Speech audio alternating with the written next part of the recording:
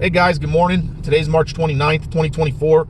This is the Uncommon News Channel, and today we're going to go ahead and give you some brief updates regarding the technocrats' war against mankind's energy production. Now, if you're not aware, crude oil prices went up about 2% within the last 48, 72 hours. It's hovering in the high 80s right now. Murban and Brent is at like 87 and WTI is at like 83. WTI is up like 14% so far this year.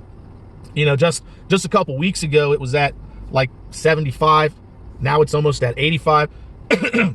and the other Murban and Brent's pushing close to 90 now. It's forecast that the fuel prices are going to be up in the 90s next month. And when I say next month, I'm talking about April. I know we're close to April, but yes, next month, April, it's expected to be in the 90s. And then around September, it's expected to be up over 100. So what does that mean for you? Obviously, that means prices are going to go up. Now, this is something that happens seasonally. Prices go up every summer because more people are traveling, going on vacation. There's a higher demand for the fuel, right? But that's not the only reason. That's not the only factor that's driving prices up now, right?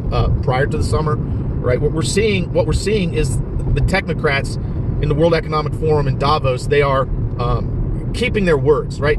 They're doing the things that they say they want to do, right? They want to bring everything, all emissions to zero, right? Net zero agenda. It just seems as though things happen to go the way that they say they want them to go, right? Ukraine is continuing to attack Russian oil refineries, which I say should be a crime against humanity, right? Because that oil that Russia sells to other nations, right? That oil is to benefit not just Russia, but other people that have nothing to do with the war, right?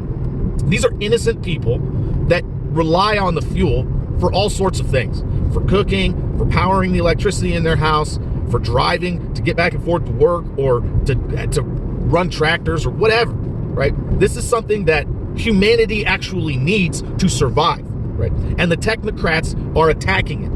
Make no mistake about it, they are terrorists. The World Economic Forum is an economic terrorist organization.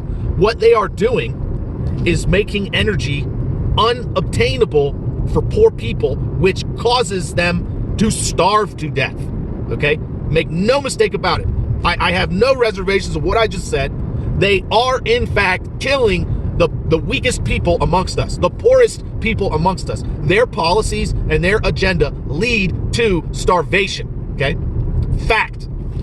And this is the type of thing that just continuously happens. It just somehow magically appears to go their way. Well, I say that they are pulling the strings, right? We're seeing, Ukraine just took off 600,000 barrels offline from Russia refineries, right? They attacked another refinery, right? So now 600,000 more barrels per day is offline. That port in Baltimore, if you're not aware, it was exporting roughly 1/3 of American coal from Pennsylvania. And now it's offline. So 1/3 of our coal exports totally offline. That's obviously going to drive the price up. So now all these coal miners in Pennsylvania and West Virginia, they got to go try to ship their coal out of Hampton Roads, Port of Hampton Roads. And Hampton Roads does not have the capacity to hold on to that fuel, to that coal. They don't have the capacity to store it while it's being, loaded or waiting to get loaded up. So that's offline until they can fix the Port of Baltimore. What's the coincidence? What are the odds? How coincidental, right? And all these people are saying, oh, it was all just an accident. Look at who was at the helm. It's a bunch of green, purple hair DEI hires. Oh, okay, it's a hell of a coincidence, right? And not just that, they're already trying to blame the engine failure on dirty fuel. They're already blaming it on the fuel. Everything that, all these dominoes that are falling seem to have obviously been pushed by people that go to Davos, that meet up in Davos, in the World Economic Forum. They say something, and then the very next day, it appears as though their agenda is somehow magically being followed through organically. Like, no, that's not how things work. You don't just say, I want this to happen, and then it automatically magically occurs. Usually you got to give somebody a call, and then a person has to use their own agency to launch a drone and attack an oil refinery, or to get on a computer and hack a boat, or to send an email to a lawmaker somewhere and say, make sure you start requiring people to get a license to collect rainwater, right? That's not organic. Agency is involved, okay? And it's obvious where it initiates. The people in the World Economic Forum, make no mistake about it, I am not mincing my words, they are economic terrorists that are committing crimes against humanity. Every single one of them ought to be arrested, and every single person that has assisted them ought to be arrested and tried for crimes against humanity, because the commercial blockades and attacks against our resources that they have initiated leads to millions, no, hundreds of millions of deaths, starvation. That's what it leads to, and that's what they are responsible for.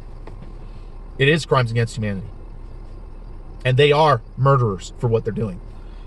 Anyways, guys, that's the update. Price of fuel's going up.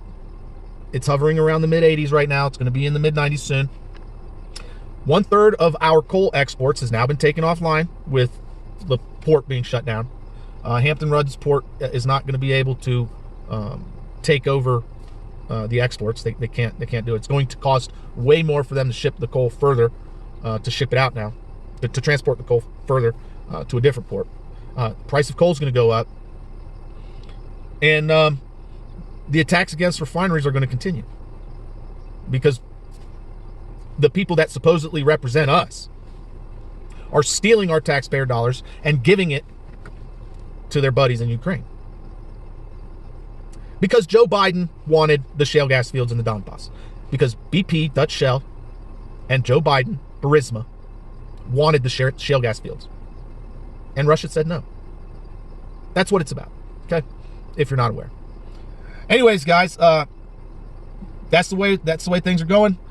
That's the news for today. Thanks for watching. Thanks for listening. If you like this content, you want to support the channel, please hit that thumbs up on your way out. Comment in the comment section below. Subscribe if you haven't already done so. Bang the notification bell. Please share my videos. It'll help my channel to grow. Thanks for watching. Thanks for listening. And as always, don't forget, help out your neighbors. Bye.